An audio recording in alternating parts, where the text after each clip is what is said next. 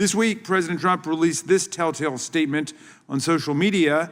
This all began with the rigged census. He said, "We must keep the majority at all costs. Republicans must fight back." So what a syllogism we're offered. Because Trump must keep the majority at all costs, therefore the 2020 census was rigged. This is lunacy. It's like saying because Trump had to win the 2020 election, he really wanted to win it, therefore the election was rigged and he won it. And that's just derangement. The 2020 census was not rigged. A 2024 report by the Government Accountability Office reviewing the accuracy of the census found that the accuracy of the 2020 national population count was consistent with the previous census, while the Bureau's post-enumeration survey estimated statistically significant net coverage errors in certain regions and states. The accuracy of the count was overall consistent, and overcounts and undercounts at the margins are nothing new. The census was not rigged. The actual institutional weakness of the census, as the GAO reported, is the chronic undercount of communities of color, which persisted through the 2020 census. In 2020, quote, in 2010, Black or African American and Hispanic persons, young children, and renters were systematically undercounted, while non-Hispanic white persons, adults over 50, and homeowners were overcounted. Are we going to have a hearing planned on that? Maybe on the same day we're going to have a hearing with the Epstein victims. I don't know.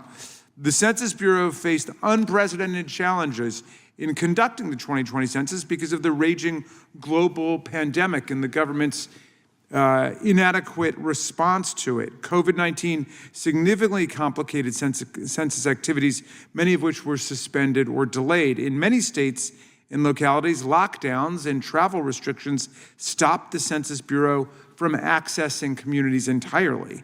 The Bureau also had to contend with natural disasters in a number of states, as well as a planning budget that had been dramatically cut by the first Trump administration. These two are the real problems that we should be discussing today. Instead, we seem to be wasting our time on a long list of fanciful, self-pleading theories that have no basis in law or history and that fly in the plain text of the Constitution. Before we assign blame for any actual or imagined inaccuracies in the results of the 2020 census, let it be clear that it was the first Trump administration that was responsible for preparing the 2020 census. And the greatest obstacle to an accurate 2020 census count was President Trump himself.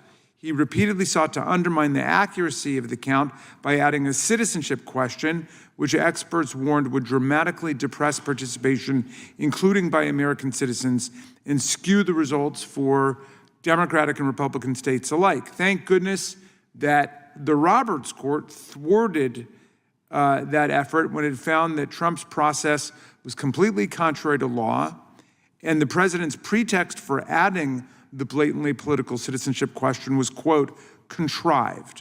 The Trump administration told the court that they needed the citizen question to help enforce the Voting Rights Act, and then after oral arguments, evidence came to light indicating that the request of the administration, a GOP redistricting expert, had provided an analysis showing that the addition of a citizenship question to the census and the use of citizen-only data for redistricting would politically benefit Republicans and the white community. The Supreme Court found the administration's formal excuses completely unbelievable, calling them contrived.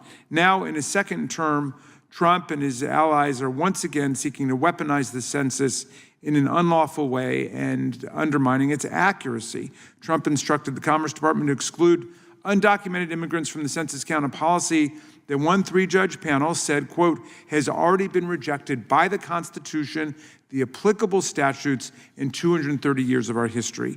The Constitution makes clear that the census includes, quote, the whole number of persons in each state to ensure a complete picture of who resides in the country. As Republican Senator Jacob Howard of Michigan stated during his introduction of the 14th Amendment in 1866, quote, the basis of representation is numbers.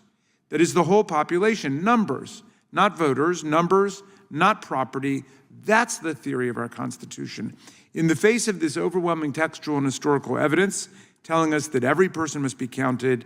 Some state officials have filed meritless lawsuits against the Commerce Department, challenging the constitutionality of the Census Bureau's longstanding constitutionally mandated practice to count all persons who reside within the U.S., regardless of their citizenship status.